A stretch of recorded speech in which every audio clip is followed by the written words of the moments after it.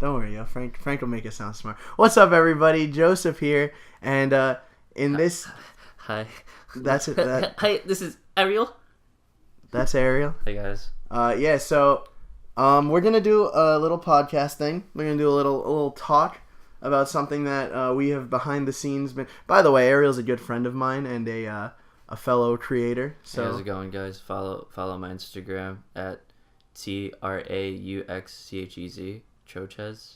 I'll be posting more frequently if Instagram fixes their hashtags. By the way, yeah, what's up? Does Instagram have a hashtag problem? yeah, like the most populated ones are like under maintenance because people keep posting Spam them? like not even spam them, but they post stupid shit. Like they'll post like girls like fingering themselves. Oh, like that's some people great. will do that, and like bots and shit. They'll do that. It's so aggravating. So now the tags are like just fucked up. So yeah, it's nasty. I fucking hate it. Now I gotta wait till God knows when until they come back up. Until they get that out of the way. Yeah.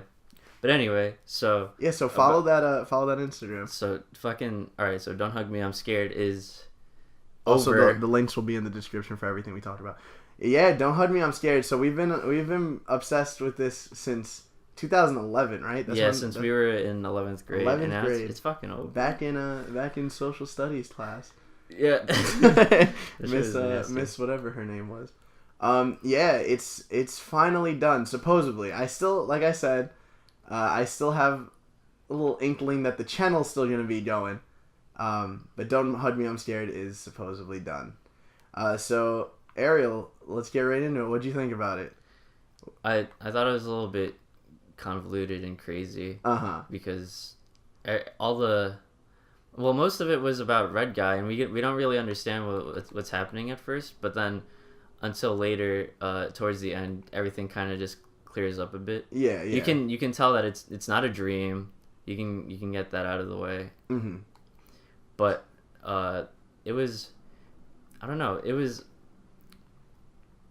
creepy. It still keeps that creepy fucking nasty vibe that it always does. Yeah, but, it definitely did. But I fucking loved it. It was, I don't know, it was just absurd. When you get the old characters, fucking all these lessons that the yellow guy's learning is just, it was like overbearing. It was a lot. I liked it a lot. I don't know. There's just so much to take out of it. Yeah, there was, and I will say, I thought it was funny how it started off seemingly being about dreams. Yeah. You know, it was. I thought it was gonna be like another regular episode. I didn't think we were gonna get anything too like revolutionary. But yeah, it was dreams, and that got cut off real fast because Yellow Guy did not want to hear those songs, which I thought was really funny that he actually realizes every time a song plays, some bad shit happens in his life. Yeah, that was cool. And then of course the whole thing, like you said, with Red Guy, I think that's another complaint I have is we did get a lot of Red Guy. It's kind of weird that we're seeing so much of him, considering the fact that like he was never like the main character. Yeah, I think it was like mostly around Yellow Guy. Yeah, I was banking on the fact that Yellow Guy was the main character. I think it still is because when we get to the point of the control room where his dad operates it, to break that down, Red Guy is just he finds the control room after finding him at the bar, watching him, and he's messing with it, and it seems to be mostly centered around his son, the Yellow Guy. Yeah, and it's a bit weird at how like it's just the monitors are all just set on him, and Red Guy is there. But the only reason why Red Guy is there is because he's an adult now, and he broke through that whole childish the childish thoughts that he had when he was with the bird and Yellow Guy. So actually, you just brought up a really good point that I wasn't thinking about. So after we were done watching, me and Ariel looked through a couple important scenes in that episode to try to see if we could figure out anything. And one thing that you just made me realize is Red Guy, as we saw, he grew up, correct? Like, we will agree that he was the one that kind of broke out of that. And we kind of see him with, like, that 9-to-5 job. Yeah. And even in 5, he was the one trying to call to connect. So something that you just made me realize is what if you gain that. Okay, so obviously we know his father has something to do with controlling these lessons, right? So a lot of people had theories that supposedly what this series was trying to teach us was that media controls how we think, right? Now I never understood that theory, because I wouldn't say it was media. You know, it never looked like media was controlling anything. Even though in some episodes, like I believe in 4, you could see studio lights. Do you remember that part at all? Yeah. So there were some things like that. There's like a whole it shows the whole studio. Mm-hmm. So what you just made me think is, what if Red Guy gained control of the control room? He gained access to it because he was an adult, and it's trying to tell us that adults are in control of the lessons that these kids learn. I think that's pretty robustly fucking awesome. But it's that does make a lot of sense. I think it was also cool that that the people who made up these theories pointed out that Yellow Guy's dad was behind it too, and which is correct. Cool. Yeah, because he's like the correct. only adult in the show at first when they first introduced him. Mm-hmm. Yeah, that which is another thing that ties in. Why was Roy the one that sought out the Red Guy? You know? What do you mean? Like, notice how when Roy finally became an adult, when Red Guy finally became the adult, that Roy had interest in him. He appeared before him and kind of, you could even say, brought him to the control room. You know what I mean? Because notice how the scene right before he gains access to the control room, Roy looks at him and the light kind of shines on him. So what you're asking, like, why was he interested in him? Why specifically did he decide to show himself to Red Guy rather than let's say his own son, you know, or the bird. Exactly, or the bird. Which, by the way, me and Ariel already both agree that it was kind of an injustice that they didn't show the bird. Yeah. At least not as much as they should. He showed up for that one scene. Like, he just, like, fucking zapped into the fucking bed. And also, notice how he was controlled. He was controllable, almost like the lessons, which was weird because... And there were so many lessons that they all missed out. So, back to the question. Oh my god, actually, hold on. What? Notice how even the lesson that Red Guy created about the notepad, about the at the beginning of it, you remember how he said what if the files sang a song? Yeah. Notice how he came up with that. Oh yeah. And then it became a lesson. Yeah, that shit was crazy. So like that even plays into more like the fact that adults control what these kids are learning. You know what I mean? So what if by him saying that, because he was an adult, that kind of turned it into a lesson? Because even some of the lessons, all of the lessons, turn backwards towards the end. Like some of them are like the eat healthy one. Right? By the end of it, they're telling you to fucking eat your friends, you know? And it's like... It's cool that this in itself is a lesson. But specifically to Red Guy. Mm-hmm. I don't know. It's very weird and convoluted, like you said. It's not...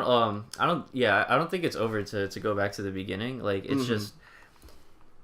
It does seem to keep going, like... We were talking about it before this, and we said that maybe it's just like a loop and it's just parallel universes, but we came to the conclusion that it's not a loop since the date moves forward to June 20th. So it's just, I thought that his dad is kind of just focusing on him, on his son. Yeah, he wants him to grow up and learn. So and I feel like you can kind of tell because right before Red Guy was about to unplug the switch to the monitors, the last thing that was on the screen was Roy in pain. I mean, not Roy's son, Yellow Guy, in pain. Mm-hmm. So it was definitely more on him. It was just focused on him, and you could tell because not even the duck was brought up. Mm-hmm. Like he wasn't the main subject. It was kind of just. I think the overall lesson is about teaching the kids to like fucking man up and move on and grow up. Yeah, all of that. I think that was it.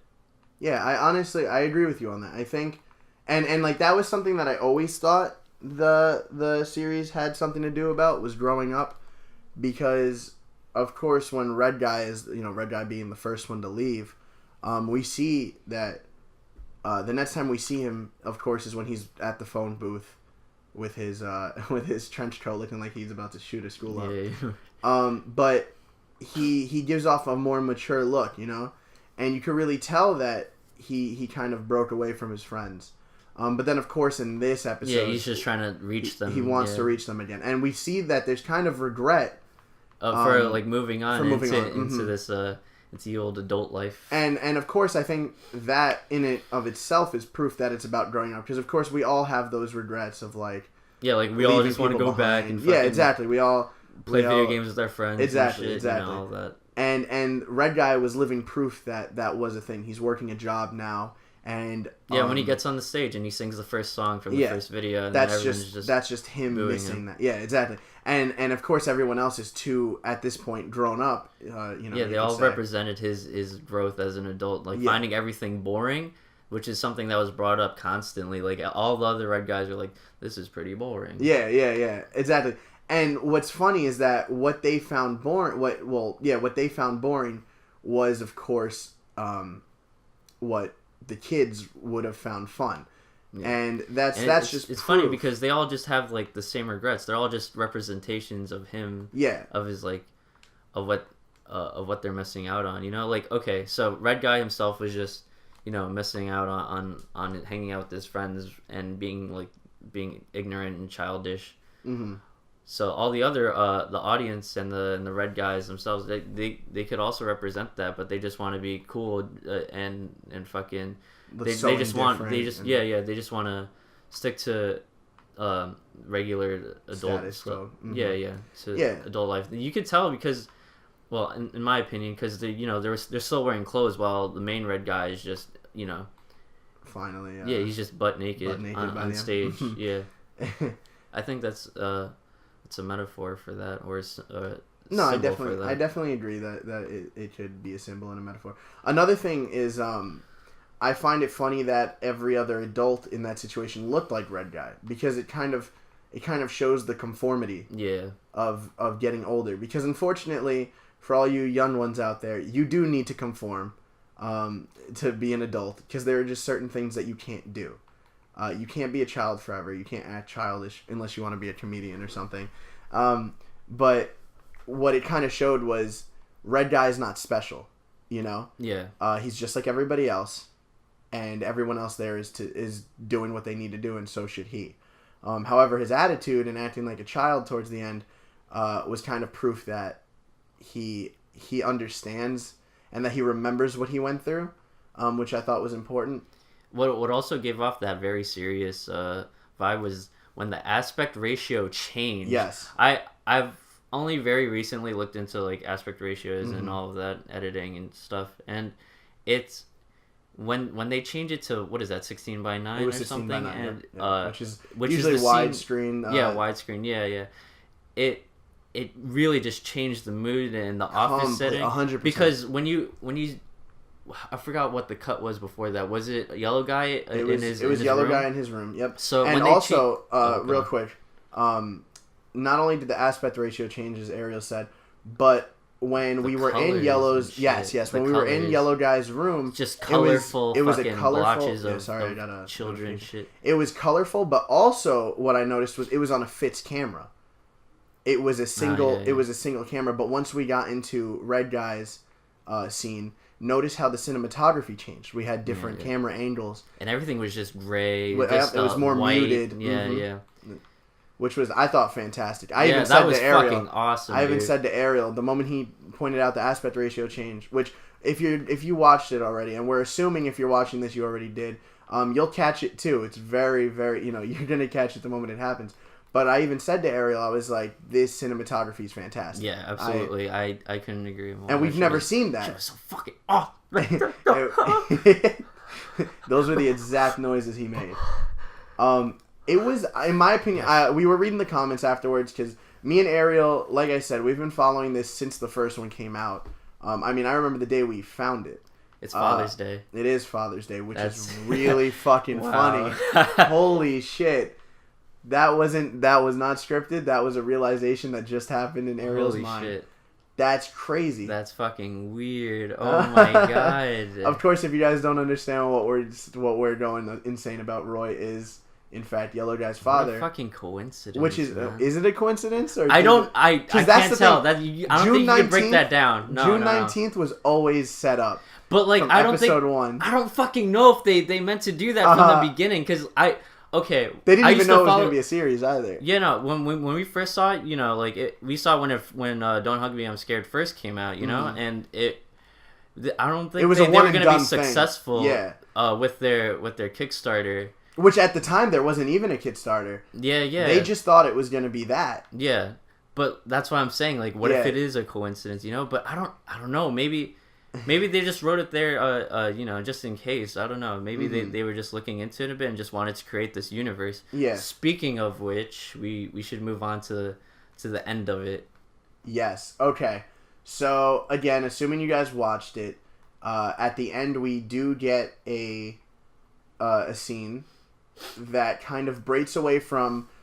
We're gonna use the word universe just for lack of better words and a better understanding of what actually happened. But Red Guy unplugs seemingly what is controlling Yellow Guy's life and his life prior to that, and we kind of get a reset, or so it looks like. So when it happened, we see our 3 main characters at the table of Don't Hug Me, I'm Scared 1. Yeah. It's almost a similar set, but as Ariel pointed out while we were watching it, in Don't Hug Me, I'm Scared 1, there was more detail on the set. There was a kitchen present, which they didn't do. Yeah, I don't... which that was a little weird. Maybe that was to represent the change that has occurred. Yeah, it's not... Like I said before, it's not a loop. It's not a loop. We did assume it was a loop. Yeah. However, I wanted to go back and see if the date changed in the first one, which we realized it did not. It was June 19th. So, Don't Hug Me, I'm Scared, the series, lasts only June 19th. Of course, we don't know if it's the same day. We don't know if it happens on that day once a year. We don't understand how time flows in this universe because we've never had, even though we had a time episode. We don't know how long it took, but we do know June 19th is when every Don't Hug Me, I'm Scared episode took place, including this last one. So, and that's, of course, proven by the fact that there's a calendar in every episode. Mm-hmm. However, like Ariel said, when it loops, supposedly, we get a scene of the date changing, which proves it's not a loop. Something did change. However, relating that to the control room, I thought that his dad, or Yellow Guy's dad, is just trying to teach his son to grow up, and he wants him specifically to be the one to reach the control room, because he's the only one that's been the most ignorant and silly out of all of them. Yeah. I mean, fucking the duck is just fucking weird, but yeah, the duck is my fucking favorite. I love his grandpa voice, his screechy, angry fucking voice. It was cool, but yeah, I was just thinking about his design, about the duck's design, because he's always portrayed as a mature man. Yeah. You're absolutely because he's wearing a suit, and then in the after the date changes, he's wearing the flannel. Which, when you pointed out, by the way, like, I thought was the funniest thing. Yeah, it's just it just looks so real. It looks like they just fucking bought it from Babies R Us or something. Yeah. It's like actual clothing. Another thing, which we don't have to point out, but we should, is that when time did start over, our main characters did have a color palette change. And one thing that I thought was pretty funny was that I always, when I first saw it, obviously I didn't bring it up to you, but I thought the colors looked hella wrong. Like, they looked way weird. They looked way too weird. Like, Red Guy being blue, exactly. And I came to terms with the fact that it could just be that I'm used to them. Like, I'm used to Red Guy being Red Guy. I think seeing him could blue also kind of fucked me up. Represent Roy wanting the change to happen with them. Yeah. Maybe I don't know. Maybe he reset. Wait, no, fuck. Never mind. I was gonna say, like, what if Roy wanted Red Guy to fucking unplug it, and he wanted them to reset it just for Yellow Guy? Just for his Yellow Guy. No, I think that's very valid, because we do see that Roy wants Red Guy to reset it. Roy clearly wants Red Guy in the control room, and I don't think it's to control Yellow Guy. I think it's to come to the realization that their lives were being played with. Yeah. But like you said, it's kind of clear that Yellow Guy is the main target of this control room. Yeah. And I 100% agree with what you said about the fact that Roy wants his son to be the one to realize it. Because maybe the day changing is kind of a metaphor for it's not going to be Red Guy this time. You know what I mean? At some point it has to be Yellow Guy. Exactly. And this could be the time. Or it could be the Duck's time, or it could just go back to the Red Guy. Exactly. And I think Roy's really taking a chance with this. Of course, quick disclaimer, I just want you guys to know we could be looking way too into it. Yeah, or just but at the same time you have to understand that we've been following this for a long time. It means a lot to us, and we've also never done this shit before, like for this thing. Yeah, I don't know. I've never really like been dying to do this, but figuring it's the last one. It is the last one, and it is something that, like I said, we have been following for a long time. We have a lot of unspoken thoughts about it. Yeah, and now that we're kind of at the end, what we're saying can't be disproven or proven. Yeah. So I think now is a good time to chime in, our thoughts and. Yeah. And it was cool. I forgot what I was gonna say. You said something about about them not wanting to touch this universe. Mm-hmm. You wanna talk about that? Cause yeah. So a big thing that I can't wrap my head around is it is the last "Don't Hug Me, I'm Scared." Which again, if you've watched all of this, me and Ariel right before I even started the episode, we were like, we're not getting answers. We're going to be left with questions. We might learn maybe one thing. And even that we didn't think. But going in, we did know we were going to leave with more questions. So what it left me with is the creators created this huge universe with working characters and kind of its own lore, within 6 episodes. So do I think they're going to leave it untouched? I know if I was the one that created it at this point, especially given the success and the amount of love it's garnered, I don't think I would. I think that this universe has a lot more in store. However, at the same time, did Don't Hug Me, I'm Scared tell a story? Yeah. Absolutely. It told a story about growing up. It told a story about, should we listen to things we're being told just because the people telling us it sound like they know what they're talking about. There's a lot of things that you could take away from this series. But again, it's just the fact that they created the whole universe. So do you think that they should leave it, or do you think that they should continue it? Like, what do you think? I don't know. I kind of like it like this. Right? Because like, whenever you get something that doesn't answer everything, and nothing is spoon fed to you, that's when you just want more of it, and then that's what I think the creators are aiming for, and I don't think they want to do anything like more to mess with this story. I mean, I remember reading an interview between Becky and Joe and some other whoever was interviewing them. Fuck, I gotta find that article, but yeah, they were discussing it, and I think Becky was the one who said it, and Becky said that they would probably like to do more if it got more funding. But who knows what that more is? Yeah, exactly. Like, is it going to follow? Like, if it's just gonna be Don't Hug Me, I'm Scared, or if it's gonna be like a brand new fucking series, but maybe in that new universe. I mean, in that universe, or a new one. I can't even tell. But honestly, who knows? But, with them, they'll probably bring something back from Don't Hug Me, I'm Scared, because they always...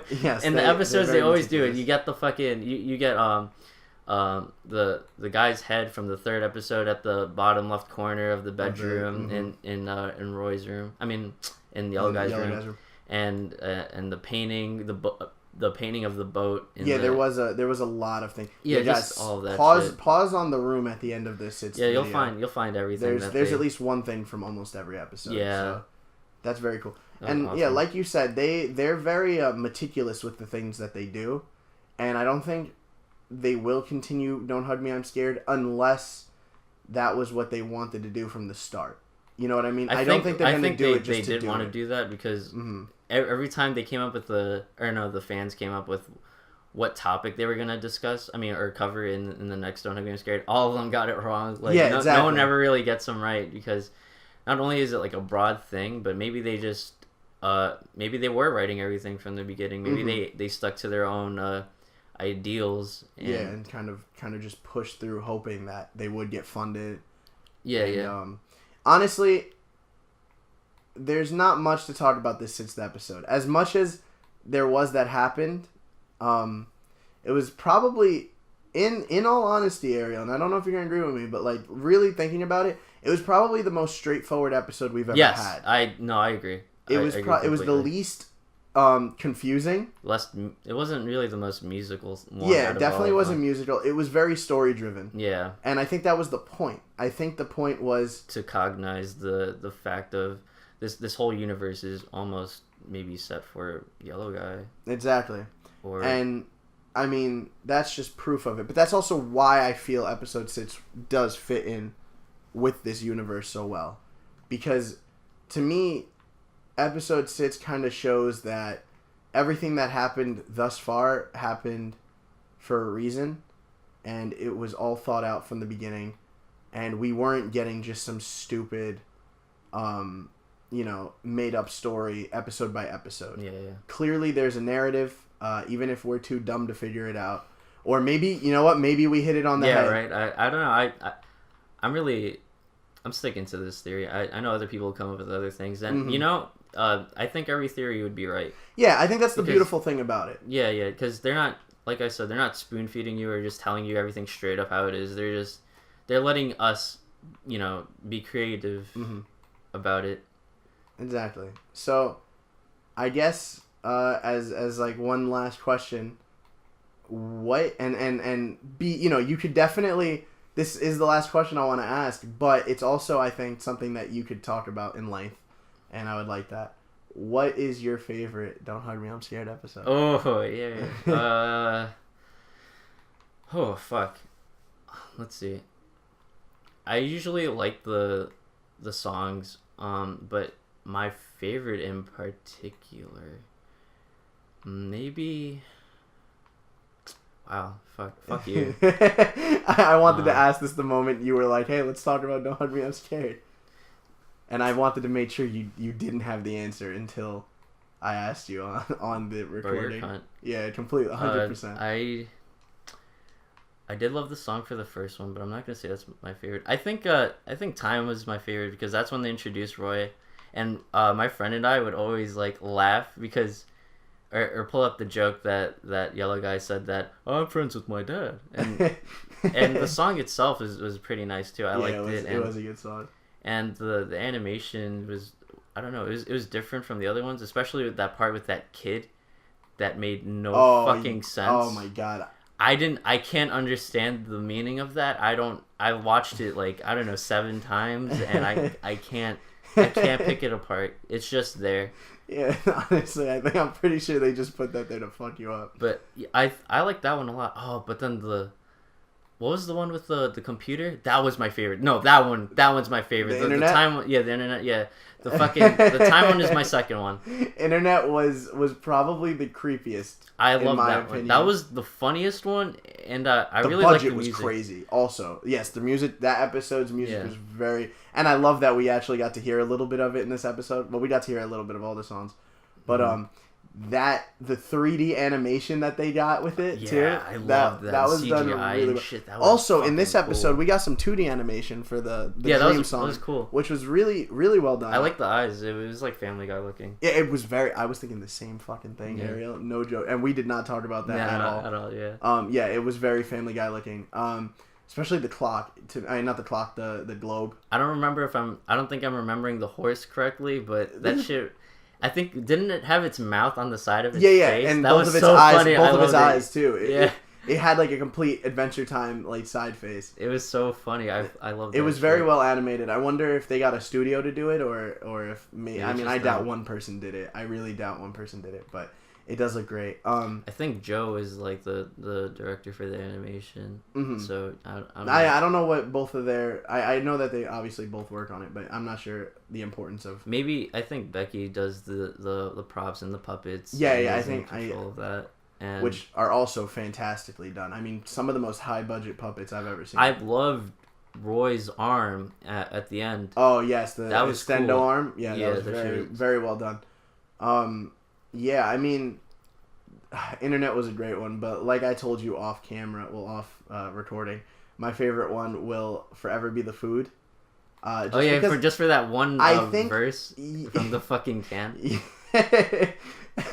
Your teeth will turn gray. I mean, there were so many. The song itself was I thought was hilarious, and I thought it was very melodic, which is weird to me. I always liked the songs, but like I could actually see myself listening to that song like on an iPod, which is terrible. But also the shock value of them eating Green Guy, the bird. Yeah, that kind of freaked the fuck fucked out of me up. I think that was the hardest thing to watch for me in all of them. Yeah, that was just really hard. Like when they were taking out his organs. I don't get the purpose of that too. Didn't get the purpose of that. Also, the fact that we didn't see Green Guy again. We saw him for that split second, but he was part of the computer, which is very weird. But yeah, I'm sure we'll learn some more stuff. Because again, just because the web series finished doesn't mean we're not going to get maybe them talking about it on the Facebook page, some information. Or maybe, like you said, they might even start a brand new series, but it'll take place in the universe of the Don't Hug Me, I'm Scared kind of lore, and we might learn through that. But whether or not we do learn, would you consider recommending this series to somebody? Oh, yeah, absolutely. Okay. Yeah, no doubt. 100% agree with you. Despite the fact that people in the comments were getting very upset. Yeah, people were asking, like, oh, is it over? That's it? Is there another Don't Hug Me, I'm Scared coming out? Because this doesn't make sense. I peeped someone say, dumb, is man. June 20th the next episode? And it's like, oh my god, because the date changed. Yeah, and it's like, so nasty. It's like, no, I'm pretty sure that was just a metaphor, or just showing that time is moving on. And if they do put out an episode, wow, that guy was smart. 4 steps ahead of me. But yes, I also completely recommend this series for people. So if you guys haven't watched it, I would say watch it. Definitely, 100% watch it. And really watch everything they have out there of it. Watch the first one. Watch the Kickstarter trailers, because even that, I think, has clues. I like how they just made it. Like really the red. The the fuck am I saying? The brown puppet. The brown puppet. Yep, that like fucking crazy looking scary thing. Yeah, that we thought cool. was gonna kill them. Yeah, I thought. Yeah, I was so scared. Mm-hmm. That was really creepy. That Kickstarter was done extremely well. I think that's one of the best Kickstarter trailers, because I remember you showed me it. Because I didn't know that they were planning on doing that, and you were like, "Yo, they're doing a Kickstarter." What I also loved that they did is that they collabed with Lazy Oaf. Lazy Oaf is a clothing company, mm-hmm. and it's a British clothing company, and they had their own line of clothes. And really? I wasn't aware of this. And it was really fucking pretty. I wish I fucking bought one of them. They had this one shirt. A limited time thing? Yeah. They had this one button up. It was like a long button up. It was like it's supposed to be long. You know, like those long t-shirts that go down to your fucking knees. Uh-huh. Yeah, it was like that. But it was just like prints of yellow guy and red guy and green guy and like calculators and numbers and shit on it. It was really pretty. Go and fucking Lazy Oaf, man. That, I mean, just to look at just to look at their fucking clothes. I mean, the line isn't there anymore because it's sold out like a couple of days after they announced it. Or no, they launched it. Mm-hmm. It was really cool. I loved everything. I even wanted some of the girl clothes. Actually, no, I wanted the girl clothes so bad because I don't know, for the guy they only had they had a white shirt that had the Notepad's face on it or something, and they had a green guy cap for guys, but I didn't really like that so much. They had for like a girl, or no, for the women they had like sweaters and like overalls and shit. They had more for women than they did for guys. I mean, in my opinion. I liked it a lot. Anyway. Well, so yeah, definitely. I didn't even know that was a thing. Definitely look that up then. Yeah. But yeah, so. But yeah, I guess that's about it. Yeah, that was kind of our thoughts about Don't Hug Me, I'm Scared. Again, if you guys haven't watched it, why the hell are you watching this video? That's pretty weird of you. I guess as some going away words, I would like to say. Oh wait, you didn't tell me what your favorite episode. Oh wait, no, never mind. I did. Yeah, I just low key said it. Yeah. I didn't make it a whole thing. Yeah, because I already knew what mine was because I'm fucking obsessed with that episode. But yeah, guys. So thank you so much for watching. I will be looking in the comments to see your thoughts. For all you guys that like didn't see this coming, neither did I. But when me and Ariel say we want to record something, we usually do because it's super fun. So if you guys haven't watched Don't Hug Me, I Am Scared, and you guys just watch a bunch of fucking stupid anime shit, you should really get on this because I think it is a wonderful series, and you might even become a little bit more cultured by watching these guys. So thank you so much for watching. For all you new people that are coming here to listen to our thoughts about Don't Hug Me, I'm Scared, I hope you enjoyed our stuff. I'm Joker. Also, real quick, for other people that know me, sorry for the Boku no Hero episodes not coming out. My camera's not working, and me and Frank refused to make it an audio recording thing, so sorry about that. But yes, so anyway, thank you for watching, guys. I'm Joker. You can follow me on Facebook, Twitter, fucking MySpace. I legit do have a MySpace. Don't look that up. Instagram, all those things will be down below. We have a Patreon where you can donate to us. And of course, like Ariel said earlier, you can follow him on Instagram. Is there any place else that you wanna shout out? He's licking my balls right now. Is there anything else you'd like to shout out? No. All right, so thank you so much. Thank you. Bye.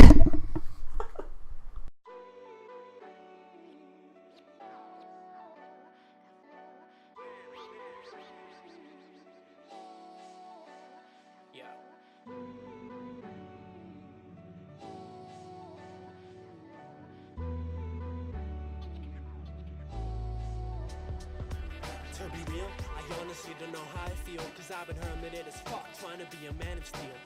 Cause I believe that is truly up to me where I will be. Hence why I'm